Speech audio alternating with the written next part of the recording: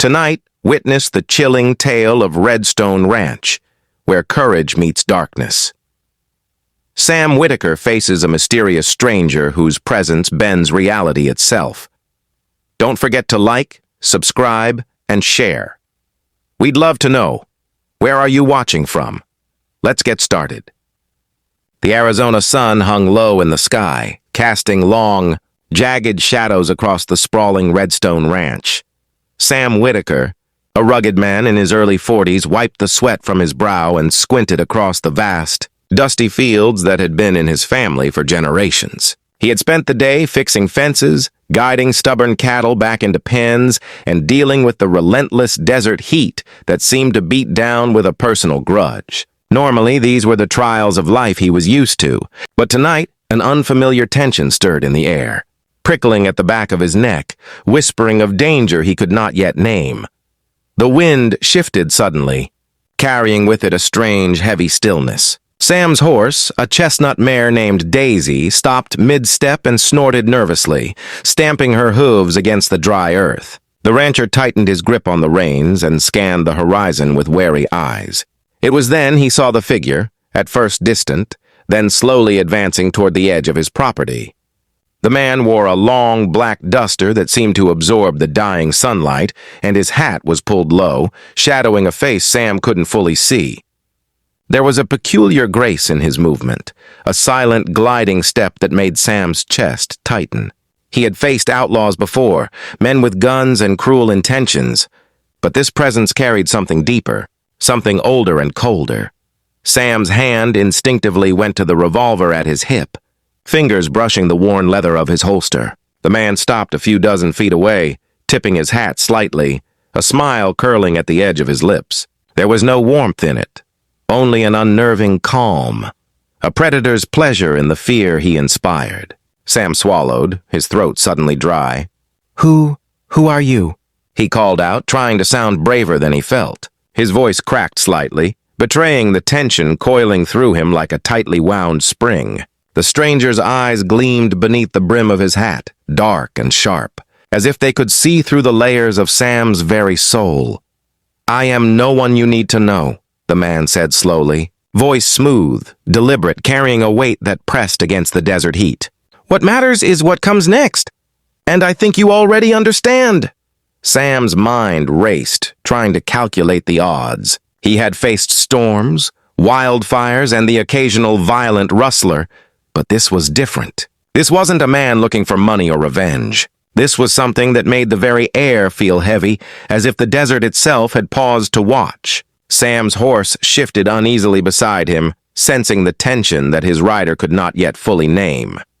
Sam's heartbeat quickened as the stranger took a step closer, boots crunching on the gravel.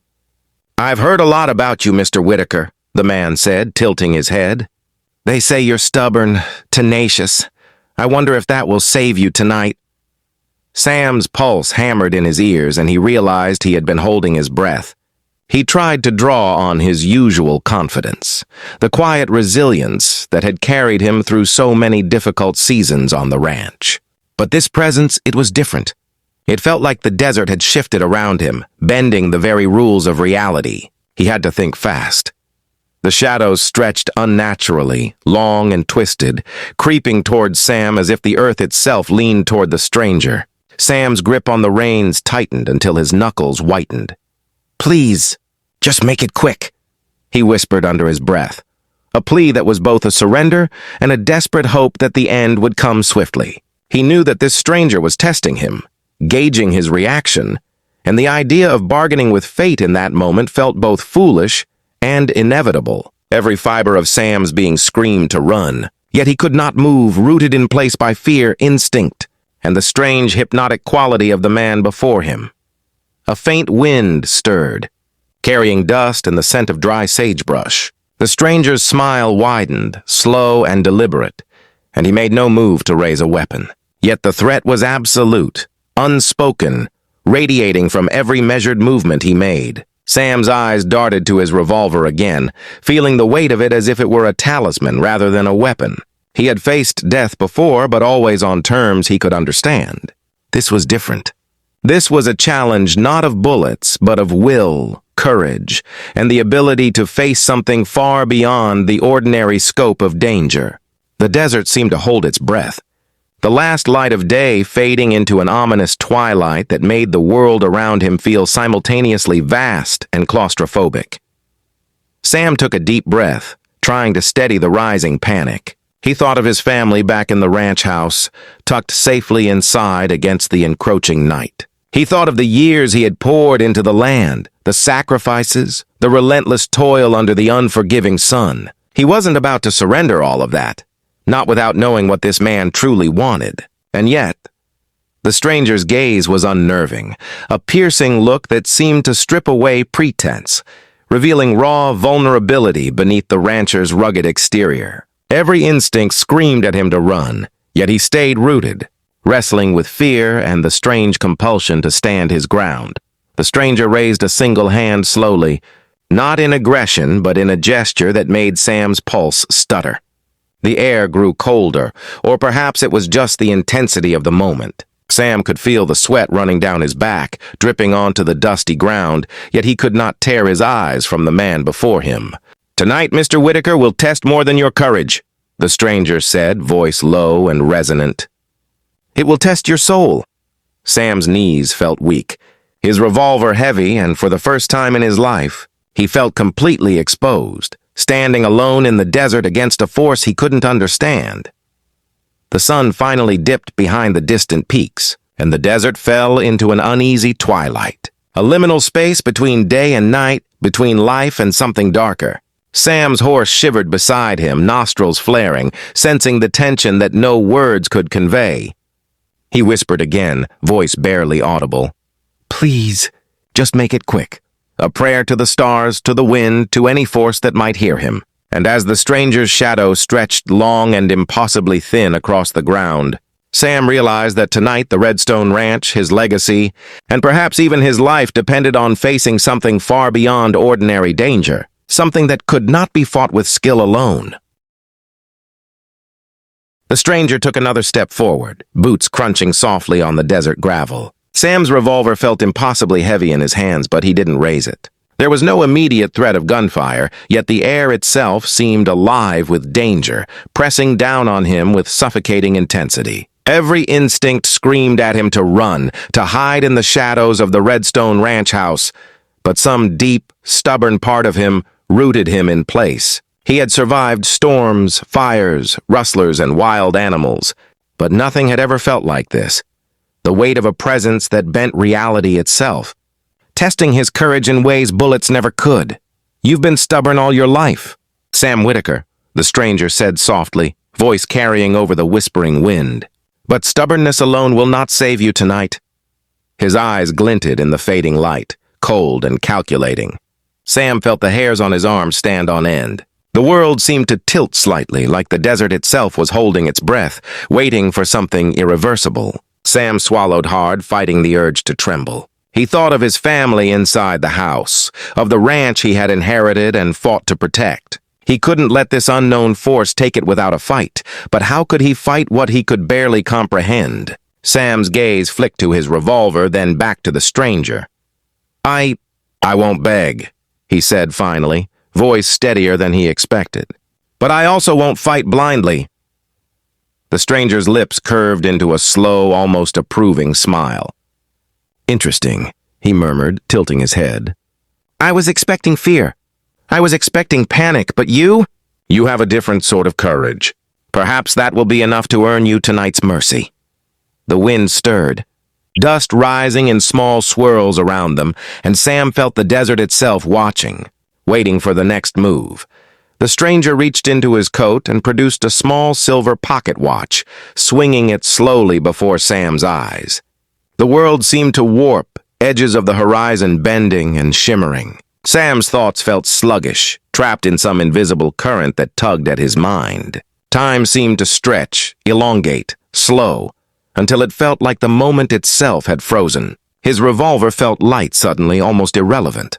He realized with a jolt that this was not a test of physical skill or firepower. It was a test of will, of presence, of the ability to remain steadfast when the rules of reality bent around him. Sam closed his eyes briefly, taking a deep breath and centering himself. When he opened them again, he met the stranger's gaze directly. "I won't fight, but I won't beg either," he said clearly. His voice carried conviction, a steady defiance that surprised even him. The stranger studied him in silence, the slow swing of the watch reflecting in his eyes like liquid night. For a long moment, there was only the two of them in the desert, the dying light painting everything in deep amber and shadow. Then the stranger finally nodded, slowly, deliberately, as if acknowledging Sam's resolve. "Very well," the man said quietly, tucking the watch back into his coat. "You have shown something rare, something worth noting. Perhaps there is hope for you yet." With that, he turned, stepping back across the desert with the same silent grace that had marked his arrival. The air shifted as he moved away. The oppressive heaviness lifted, and the desert returned to its normal rhythm. Sam sank to his knees in the dust, heart pounding, shaking from adrenaline and fear, the enormity of what had just occurred pressing down on him. The encounter was over, for now, but its memory burned in his mind like a brand.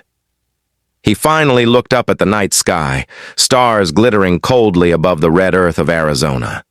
The wind picked up, carrying the scent of sagebrush and distant cacti blossoms. Daisy, his horse, nuzzled his shoulder nervously, sensing the lingering tension. Sam whispered a quiet prayer of thanks, relief washing through him even as questions lingered.